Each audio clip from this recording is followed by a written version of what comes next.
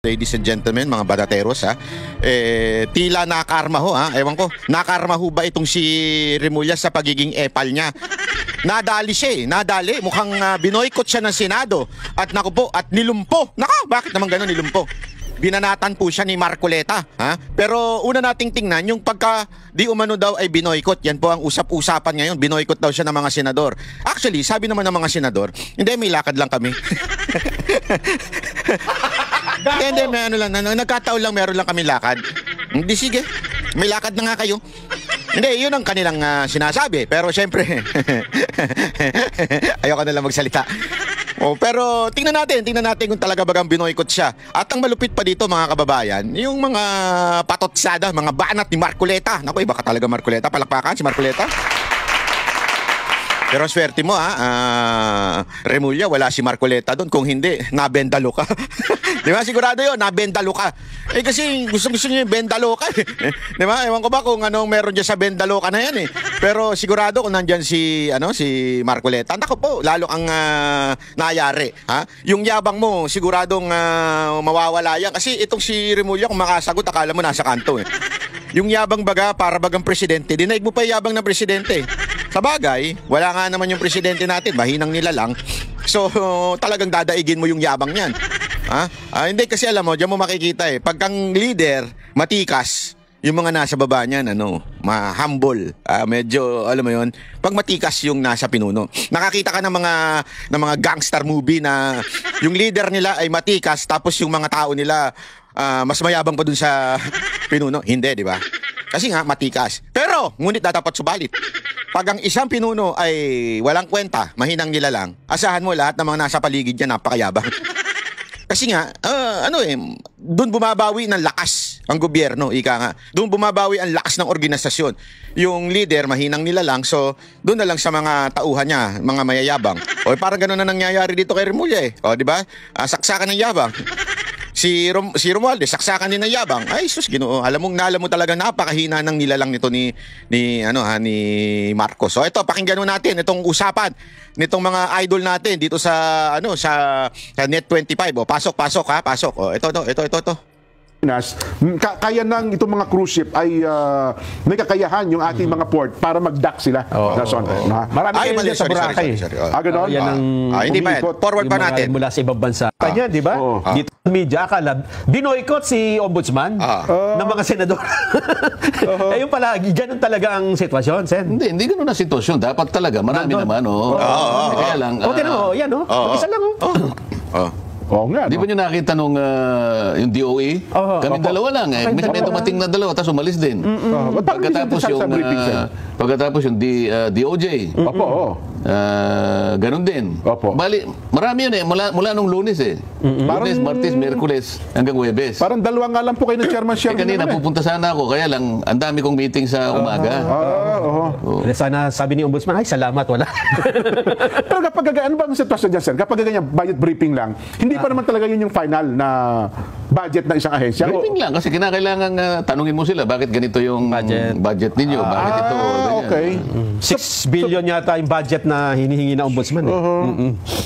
Well, Yan mabuti wala ako dahil kung siguro nandyan ako, marami akong may tatanong sa kanila. Naka po, yari kayo. ina-expect nga nila, nandun kayo kasi nung mga nakaraan Ang in-expect kong nandyan, si Senador Joel. Ayaw, sana. Hindi ba napabalita na mukhang si Ombudsman Boying ay pupunta sa Senado may dala-dalang sulat. para sa ganun ay iabot yata yung sulat na kung saan ay pinatatanggal si Senador Joel bilang senador.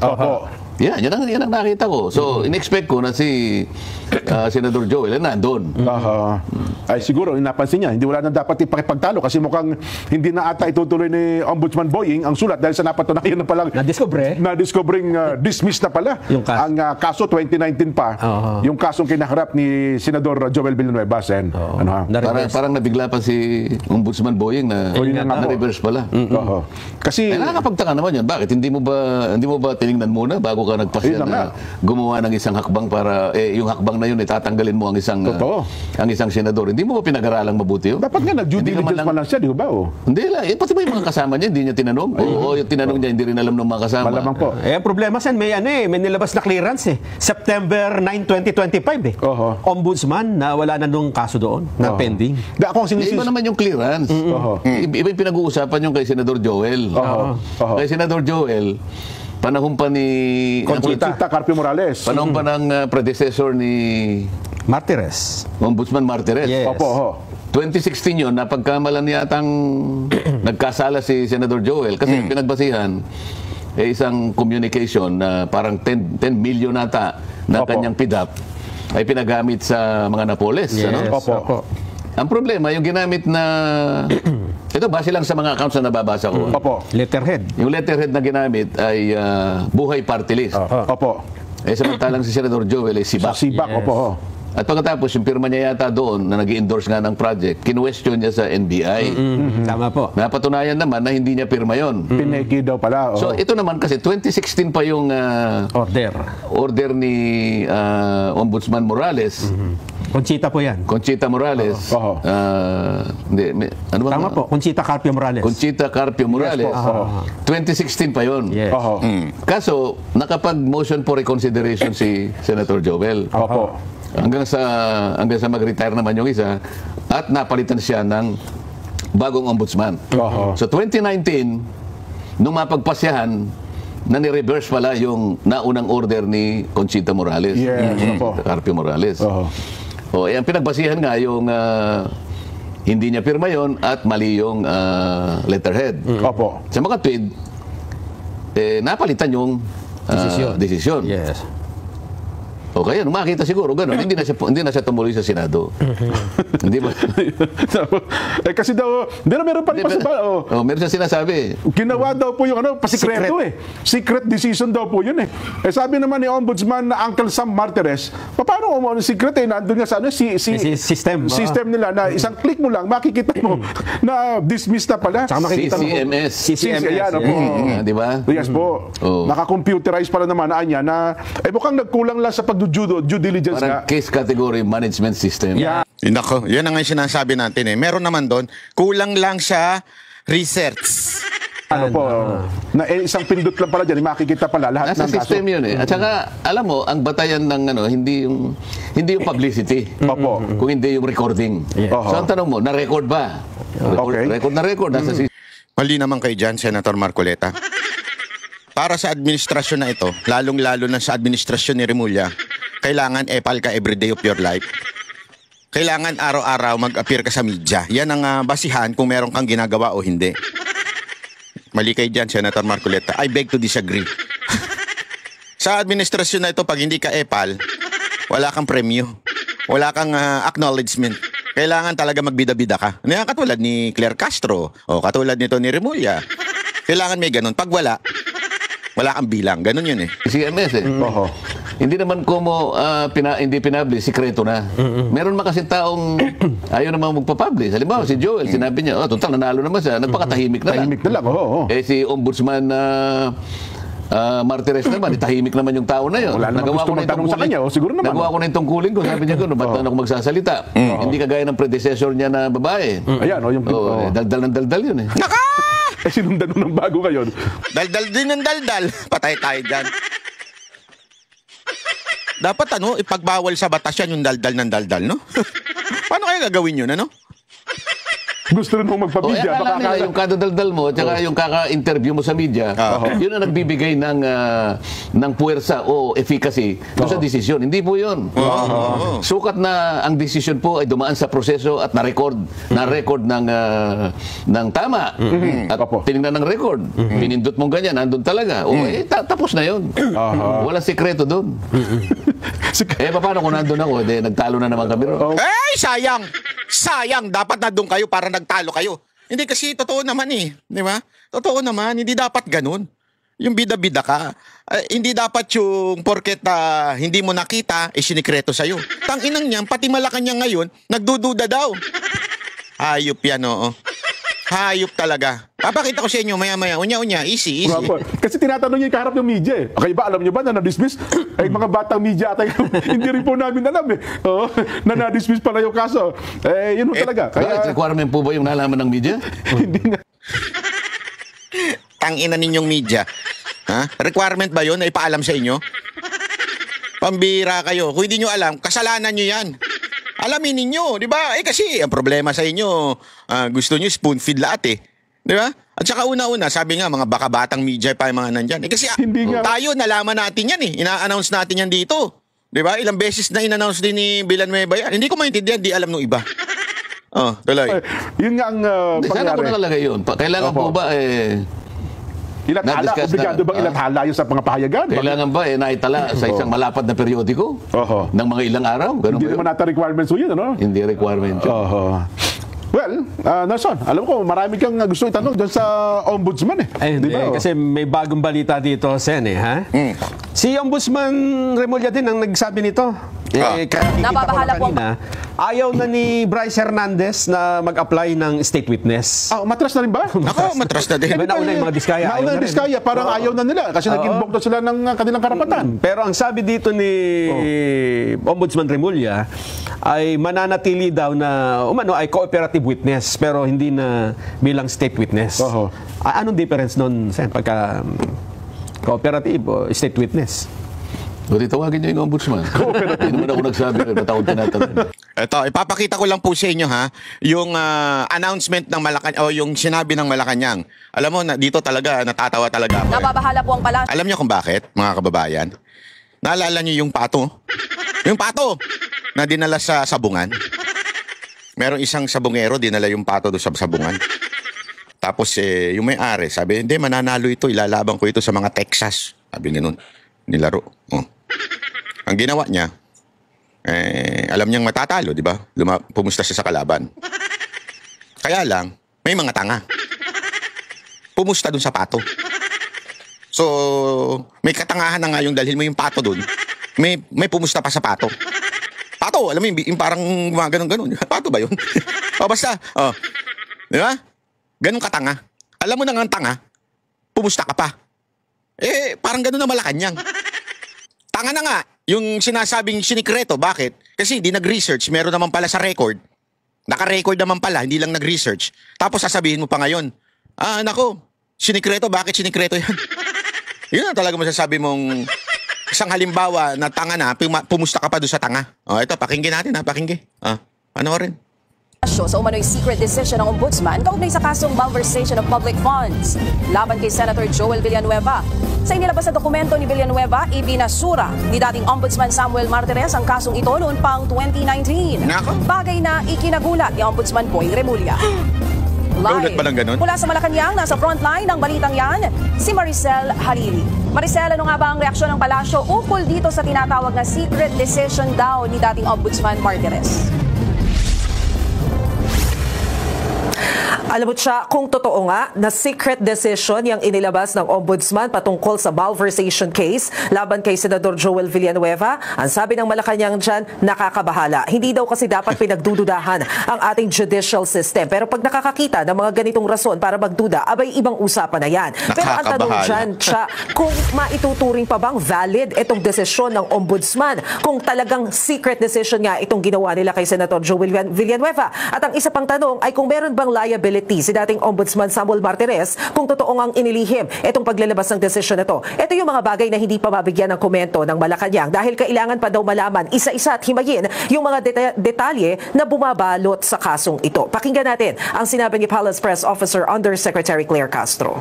Kung ito po ay mapapatunayang totoo, ito po ay nakakabahala dahil hindi dapat nagkakaroon ng pagdududa ang taong bayan sa ating justice system. Tayo naman po ay nananalig at nagtitiwala sa kakayahan ni Ombudsman Boying Remulla, imbestigahan ng malaliman upang kung anuman ang may pagkakamali. Ang lupit talaga, no? Ang lupit mo talaga, Claire Castro. Ikaw na ang pinaka, dugtungan nyo na lang yun, sa dulo. Ikaw na ang pinaka, hindi, kasi, hindi ko talaga magets Hindi ko talaga magets kung bakit ganun ang analyzation ng mga tao na porket hindi lang nila nakita, isinikreto na. Di ba? Kasalanan mo yan, hindi mo hinahanap Yan naman po ay na-record. Nailagay, sabi nga ni Marcoleta, hindi importante ang, hindi ganun kahalaga ang i-publicize through media. Ang mas importante is yung ma-record. Yun eh. Kaya nga 'di ba meron yung sinasabi diyan na yung ano bang pangalan nun, yung kailangan ay mai-record at nandoon yun. Hindi ko alam ba't ganito ang mga, siguro ako halatang halata na eh. Tingnan niyo ha. Tina-target ng ombudsman etong si Martires. Double whammy ka nga. At the same time, maingay ito dahil si Villanueva ito. So isang senador. At the same time, ito pa yung issue ng quote-unquote corruption. Na alam mo naman, trending ngayon yung issue ng corruption. So ibig sabihin, talagang ito'y pag-uusapan. Alam nila na pag-uusapan to. At dahil dyan, malilihis si Martin Romualdez. Gago! Yung investigasyon na nagaganap, di umano sa korupsyon na ginawa ng House of Representatives. Diba? Malilihis ngayon. Iisipin nila, mas pag-uusapan to kasi, Kaya tuloy, pansinin mo halatang may kumukumpas eh. Bakit? Bakit pati ang Malacanang nagre-react dito? Ombudsman is an independent independent agency po yan ng gobyerno. Kaya nga hindi, once na-appoint na yung ombudsman, hindi na pwedeng tanggalin yan ng presidente. Yan po ay impeachable, di ba? Kailangan impeach na lang yan para matanggal yan. Bakit ginawang ganun? To be an independent body. And yet ngayon, para bagang isang kumpas. Kung ano yung sinabi, parang nangyari, may kwento na mula sa Malacanang, kinumpasan ito si Remulla, at tapos sinigundahan ng Malacanang. Diba? Bakit? Para pag-usapan. At kung gusto ninyong malaman na ito ay may script na sinusunod, laging kasangkot dyan ang mainstream media. Without the mainstream media, hindi ito puputok. So, ang mainstream media, kung i-google nyo ngayon, talagang mula, yan, mula umaga, tanghali, di ba? Hapon, prime time news sa gabi, hanggang madaling araw, yan ang topic. Para pukpukin talaga sa taong bayan na ito ang issue wag kay Martin. Gago! Style ninyo bulok Style ninyo bulok. Sa totoo lang style ninyo bulok. Pero bahala kayo. Hindi naman tanga ang taong bayan kasi kung sa tingin niyo tatanga-tanga ang taong bayan, maniwala kayo sa akin, hindi tanga ang taong bayan. Ang logic kasi dyan, siya importante na maipagbigay alam yung mga inilalabas sa desisyon ng korte nang sa gayon ay makagawa rin naman ng mga legal remedies yung kabilang kampo. Halimbawa ay ang pagsasampa ng motion for reconsideration. Pero maliban dyan, nagbigay din ng pahayag ang Malacanang tungkol naman doon sa inilabas ng desisyon ng Sandigan Bayan sa pagbabasura naman ng kaso laban kay Juan Ponce Enrile at mga kasamahan nito patungkol pa rin doon sa misuse of pork barrel funds. Ang sabi dyan ng Malacanang, inirerespeto nila kung ano man ang inilabas na desisyon ng korte, pero dito nila binigyang diin na hindi naman iniimpluwensyahan ng palasyo ang anumang desisyon ng korte dahil yan ay separate branch of the government. Alam naman kasi natin lahat na nananatili pa rin bilang Chief Presidential Legal Counsel si Secretary Juan Ponce Enrile habang gumugulong ang mga usaping ito. Maidagdag ko na rin siya, bukas nakatakda naman na magkaroon din ng meeting ang mga cabinet secretaries para mapag-usapan yung tungkol sa posibleng paglalabas sa publiko ng kanilang Statement of Assets, Liabilities and Net Worth o SALN, lalo't yung ibang mga lehislador ay nagpakita na ng kanilang mga assets sa publiko pero hindi makakasama sa pulong na yan si Pangulong Bongbong Marcos na nakatakda naman lumipad patungong Kuala Lumpur, Malaysia para dumalo sa 47th ASEAN Summit. Siya? Maricel, para sa mga dismissal case katulad nung kay Senator Joel Villanueva noon na sinasabi ngayon na naging parang secret decision, ano ba talaga ang pamantayan doon? Pagka ba naglabas ng desisyon, dapat inilalathala ba ito sa media? Bakit wala halos nang nakaalam? Alam mo, siya, nananatiling pala isipan sa atin yan kung bakit walang nakaalam. Kasi may mga media members din naman na nakatutok dyan sa ombudsman. So usually, nalalaan talaga ng mga nakatutok dyan. Patungkol sa particular yan ang magandang tanong, ha? Yan ang magandang tanong. Okay. Ngayon, pasasagutin po natin, wait lang. Pasasagutin po natin mismo yung gumawa niyan. Kasi para mas maunawaan pa natin Ito. Joining us now, former Ombudsman Samuel Martires. Former Ombudsman, good afternoon to you. Thanks for joining us today. Welcome to the program. Good afternoon. Kanina, and to your listeners, good afternoon. All right, lots to talk about today. First of all, I'm reading your statement, which you sent to us yesterday. You said that the Senator Joel Villanueva, filed a timely motion for reconsideration, which in 2019 you granted and reversed the decision during the Carpio Morales era. Let's zero in on that first. How would you define the timeliness of the MR filed? What is your definition of it being timely, former ombudsman? Well, a motion for reconsideration is considered timely filed if it is filed within the 15-day period that is provided for by the rules of the Office of the Ombudsman. So any motion for reconsideration that is filed out of time is considered as is denied by the Office of the Ombudsman. When did the senator file his MR in 2016? You know, this is a 2019 decision that I made. This is a 2016 case. I don't remember anymore. Tingnan ninyo, pati yung media na nagtatanong, hindi man lang nag-research. 2016 case, pero 2019 ang decision. Ang tinatanong niya yung 2016 daw na decision ng media. Dito pala, malalaman mo na hindi ko sinasabing tanga yung media, pero hindi ko kasi perfecto din. Ito na nga, simple-simple. Trending na nga yung news, hindi niya pa ni-research. Di ba? Tuloy. The details of the case. All I remember is that I approved or I granted a motion for reconsideration filed by Senator Joel Villanueva and some other persons, other respondents in the case. That is all that I remember. On the details of the dates, I don't remember, except that I remember that the decision granting the MR was sometime in 2019, July of 2019, I think. But if you cannot remember the details, why then did you say that he filed a timely motion for MR? Because we are not that crazy, we are not stupid to be granting an MR that is filed out of time. Sabi kasi ng media, bakit di mo na matandaan? Importante yan eh. Paano kayo nakakasigurado na yung motion nyo ay pinadala ng tamang panahon? Alam mo, ewan ko. Ito lang masasagot ko Ako simpleng mamamayan lang na may mga kaso. Kaya alam ko yan. Hindi ka pwedeng lumagpas doon sa expiry na binigay ng korte. At kung yung korte na dumidinig ng kaso mo, nagkamali rin, particular, na para bagang sinabi niya, in 15 days kailangan ka mag-reply. Nakapag-reply naman ako in 14th day. Tapos sasabihin sa iyo ng korte, sorry, expired na, hindi ka na pwede mag-reply. Alam mo mangyayari? Ako, tatakbo ko doon sa mas mataas na korte at irereklamo ko yung korteng nasa baba. Sandali, 14th day, ito yung receive day ko, may tatak. 14th, tapos makikita doon. 40th day. I-reverse ngayon nung upper court, yung nasa taas pa niya. Halimbawa, kung nasa RTC, nasa CA. Kung magkamali naman ng CA, may Supreme Court. So, hindi pwede kasi mayayari yung nasa baba. Meron silang mas boss sa taas. So, yung sinasabi ngayon ni Martires, na tinatanong kasi ni Isa, paano nakakasigurado na in 15 days hindi mo nga matandaan?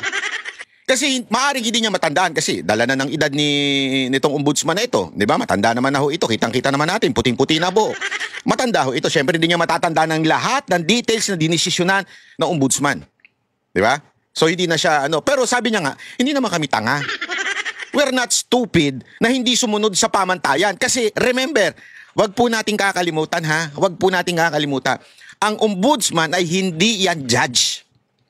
Ano po yan? Sila lang yung magpo-prosecute. Titingnan nila kung may probable cause isasampa sa Sandigang Bayan. After nun, may Supreme Court pa. So kung magkamali-mali yan, yari sila dun sa Supreme Court. Kaya kailangan, sigurado. At syempre, pag sinampa sa kanila, tapos paso na pala yung period na para mag-apply si Villanueva na motion. Uy, mga kababayan, mayayari sila pagsalang nila. Mate-technical sila. Kaya tama yung sinasabi ni ombudsman dito. Martires, sinasabi niya, hindi kami tanga. Kung yung iba tanga, yung na ombudsman, hindi, wala ganun, wala. Ako na, dagdag ko na lang yun. Pero yun yung sinasabi niya. The staff itself, the investigators itself, will recommend 4 days before the denial of the MR if the MR is filed out of time. We have time frames to follow. In much the same way that under the rules of court, motions before the courts have timelines also. You have to file this within a certain period. So I am very sure that this was the motion for reconsideration was timely filed by Senator Villanueva. All right. But I'm sorry to be saying bad words, you know. No, it's all right.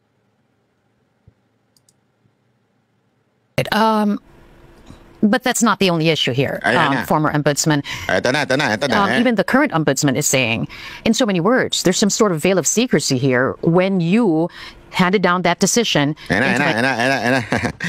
Ate, i-push mo lang ng i-push yung mga katanungan dyan. Tingnan natin kung masasagot ba ni ombudsman. 2019, was it a secret decision as they're calling it to be, former ombudsman?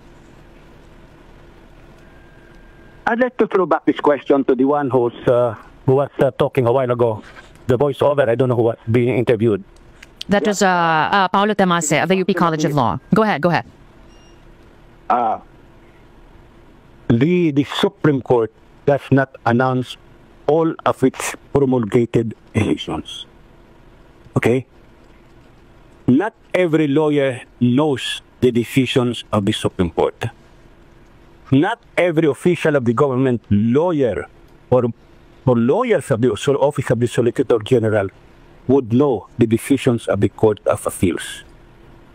Neither the Supreme Court nor the Court of Appeals, nor the Office of the Ombudsman or the Office of the Prosecutor of the Department of Justice are that duty to be always, announcing the decisions you have made.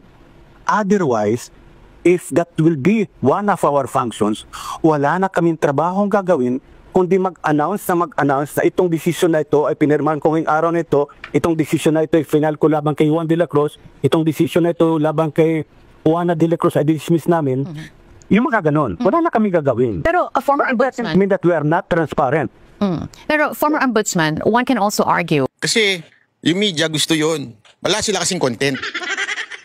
Kailangan announce ala Remulla style. Announce, pa-media.